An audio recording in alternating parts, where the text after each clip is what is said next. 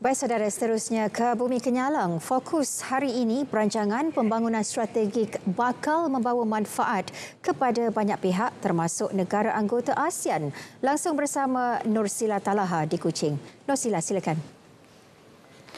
Terima kasih Zahira. Sarawak komited memperkukuh kerjasama erat dengan negara anggota ASEAN dan merancangkan pertumbuhan serantau yang bersaing dan mampan berorientasikan rakyat serta inklusiviti. Premier Datuk Patinggi Tan Sri Abang Johari Tun Openg menekankan hasrat Sarawak untuk menyumbang kepada pertumbuhan perdagangan, pelaburan dan sektor pelancongan di rantau ASEAN. Usaha itu berteraskan 3 tunjang utama strategi pembangunan pasca COVID-19 2030 iaitu kemakmuran ekonomi, keterangkuman sosial dan kemampanan alam sekitar. Jelasnya Sarawak mempunyai perancangan pembangunan strategik yang dilihat akan membawa manfaat kepada negara-negara ASEAN. Ini termasuk penubuhan syarikat penerbangan milik Sarawak iaitu Air Borneo selain rancangan membangunkan 2 infrastruktur penting iaitu lapangan terbang baru dan pelabuhan laut dalam di Tanjung Embang.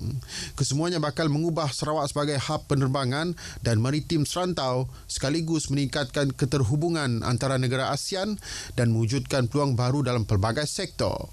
Justru beliau yakin mesyuarat ke-33 Majlis Komuniti Sosio-Budaya ASEAN ASCC di Sarawak akan memperkukuh lagi kerjasama negara anggota demi membina masa depan yang lebih cerah. Premier berkata demikian dalam teks ucapan yang dibacakan oleh timbalannya, Datuk Amar Wang Tengah Ali Hassan pada Majlis Makan Malam sempena mesyuarat ke-33 ASCC di Kuching. Jabatan Bomba dan Penyelamat JBPM Sarawak kini mempunyai kekuatan tambahan 60 anggota untuk pasukan bomba bantuan yang akan meningkatkan lagi kemampuan dan kecekapan operasi di negeri ini. Timbalan Pengarah JBPM Sarawak Tiong Ling Hee berkata sebelum ini hanya terdapat 30 anggota bantuan yang ditempatkan di 36 balai seluruh negeri. Bagaimanapun pihaknya tidak menghalang anggota yang terlatih bertukar kerjaya jika mendapat tawaran dari pihak industri atau swasta. Tapi kami risau market di luar tinggi. So apabila mereka ada basic kebombaan, permintaan sangat tinggi di luar. Setahun 2 tahun mereka kerja, mungkin mereka dapat offer di luar, kami pun tak boleh tahannya untuk menahan mereka dalam jabatan. Tiong ditemui media selepas Majlis Taman Latihan dan Pentauliahan Pegawai Bomba dan Penyelamat Malaysia Siri 2 di Akademi Bomba dan Penyelamat Malaysia Wilayah Sarawak di Bau hari ini. Anggota baru itu akan mengisi kekosongan di 14 balai di seluruh negeri termasuk Balai Bomba Kota Sentosa yang mula beroperasi Mei depan. Ahli Jawatan Kuasa Pencegahan Dadah JKPD dan One Stop Committee OAC daerah berperanan penting membantu kerajaan memastikan bekas penagih dadah kekal pulih dan tidak kembali terlibat dalam penyalahgunaan dadah. Ini kerana proses pemulihan bukan satu perjalanan yang mudah. Menteri Pembangunan Wanita, Kanak-kanak dan Kesejahteraan Komuniti, Dato' Sri Fatimah Abdullah berkata, usaha itu bukan sahaja memerlukan kesungguhan individu itu sendiri, malah sistem sokongan yang mantap dan berkesan. Beliau berharap ahli JKPD dan OAC menangani isu dadah dan substans di setiap daerah memahami peranan masing-masing serta dapat menambah nilai kepada ilmu dan kefahaman dalam bidang pemulihan dan intervensi. Beliau berucap merasmikan penutupan seminar pemerkasan JKPD dan OAC daerah di Kuching. Laluan ketiga perkhidmatan bas.NY Kuching mula beroperasi semalam iaitu bagi laluan stesen bas Saujana ke Terminal Bas Bau. Kenyataan Lembaga Pelesenan Kenderaan Perdagangan LPKP Sarawak memaklumkan laluan Q08M itu melibatkan penggunaan 6 buah bas baharu mesra orang kurang upaya. Ia meliputi jarak sejauh 34 km dan 34 perhentian bas, manakala jadual perjalanan bermula dari jam 6 pagi hingga 10 malam pada hari Isnin hingga Sabtu dengan kekerapan setiap 1 jam dan setiap 30 minit pada waktu puncak iaitu Isnin hingga Jumaat. Pada hari Ahad, jadual perjalanan bas bermula dari jam 6 pagi hingga 9 malam. LPKP Sarawak berkata kadar tambang yang dikenakan bermula dari 90 sen hingga RM4 berdasarkan jarak laluan bas. Pembayaran boleh dilakukan menggunakan kad debit, kad kredit, e-dompet selain wang tunai.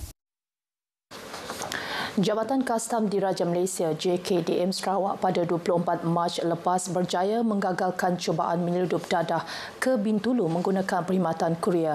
Ia hasil rampasan ke atas satu bungkusan mengandungi 3.26 kilogram dadah jenis ganja di Pejabat Pos Bintulu. Pengarah Kastam Sarawak Norizan Yahya dalam kenyataan media berkata dadah yang dirampas itu bernilai RM97,814. Pemeriksaan mendapati dadah tersebut dihantar dari Pasir Mas Kelantan menggunakan perkhidmatan kurier. Kes disiasat mengikut Seksyen 39B Akta Dadah Berbahaya 1952. Di Kuching, seorang wanita antara 3 individu ditahan polis kerana terlibat aktiviti penyalahgunaan dan pengedaran dadah. Ketua Polis Daerah Kuching SCP Alexan Nagacabu dalam kenyataan media berkata ia hasil 2 operasi berasingan yang dijalankan pada Rabu dan juga semalam. Dalam operasi awal pagi Khamis, polis menahan seorang lelaki dan wanita berumur 32 dan 29 tahun di kawasan parkir Timberland Park dan merampas 52.7 gram dadah jenis syabu bernilai RM5,300. Kedua-dua suspek juga didapati positif dadah dan mempunyai rekod jenayah lampau. Manakala dalam operasi pada Rabu di Kampung Muara Tebas, polis turut menahan seorang pemuda berumur 20 tahun.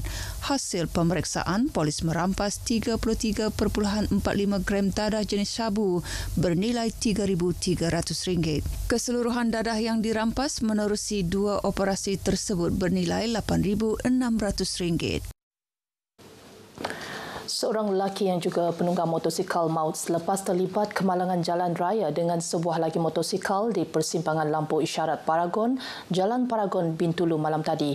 Ketua Polis Daerah Bintulu, Superintendent Nixon Joshua Ali berkata, kejadian dipercayai berlaku sekitar 11.49 malam dan mangsa berusia lingkungan 30-an. Motosikal yang ditunggang mangsa dipercayai telah melanggar lampu isyarat merah sebelum bertembung dengan sebuah motosikal lain yang sedang melalui persimpangan dengan lampu isyarat tersebut. Kedua-dua penunggang mengalami kecederaan serius dan dikejarkan ke Hospital Bintulu untuk rawatan. Bagaimanapun, seorang daripada mereka disahkan meninggal dunia ketika sedang menerima rawatan di hospital. Kes disiasat di bawah Seksyen 41-1 Akta Pengangkutan Jalan 1987. Sekian perkongsian dari Bumi Kenyalang dari Sungai ke Segara Palestin Pasti Merdeka. Kembali bersama Zahira untuk perkembangan berita selanjutnya.